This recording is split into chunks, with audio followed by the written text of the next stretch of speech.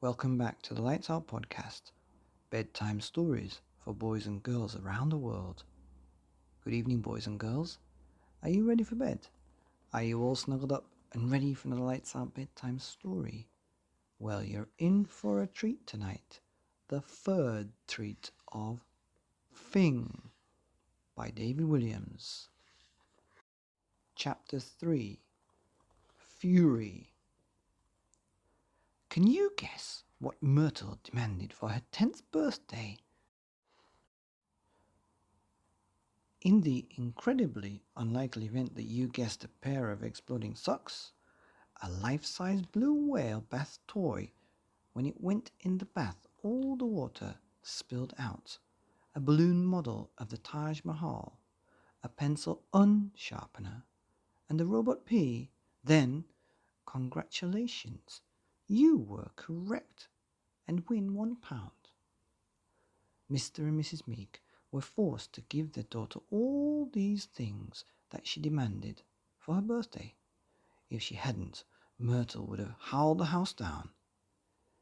"A happy birthday, our beautiful angel," they called out as Myrtle lay in bed, ripping open the presents and throwing in scrunched up balls of wrapping paper back at them. Rustle, doink. Moments later, she was demanding something more.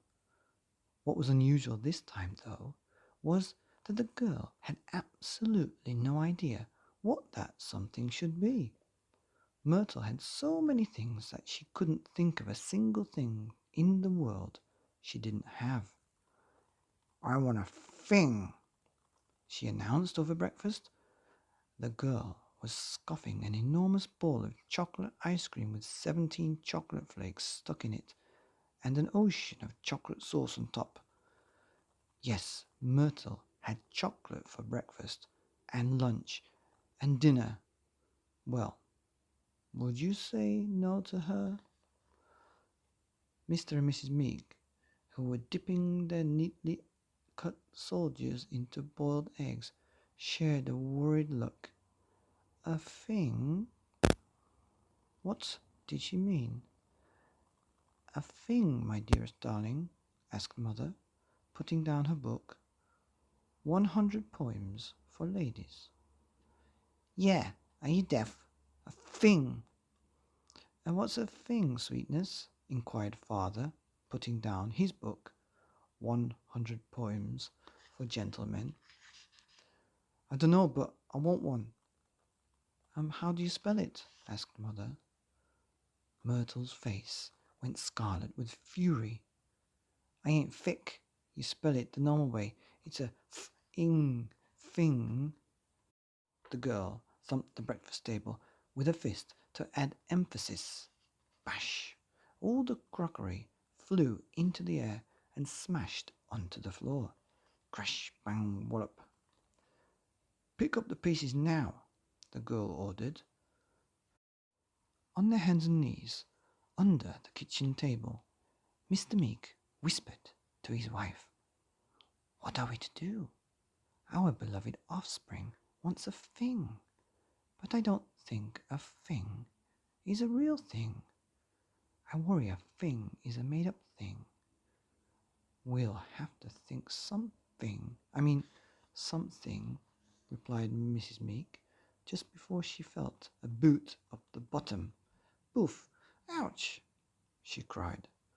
"Shut up down there," came the voice from above. "I can barely hear myself blow off.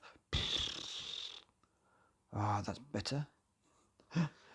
Mr. and Mrs. Meek were in a panic. If they didn't come up with some Fing, there was going to be trouble. Big trouble.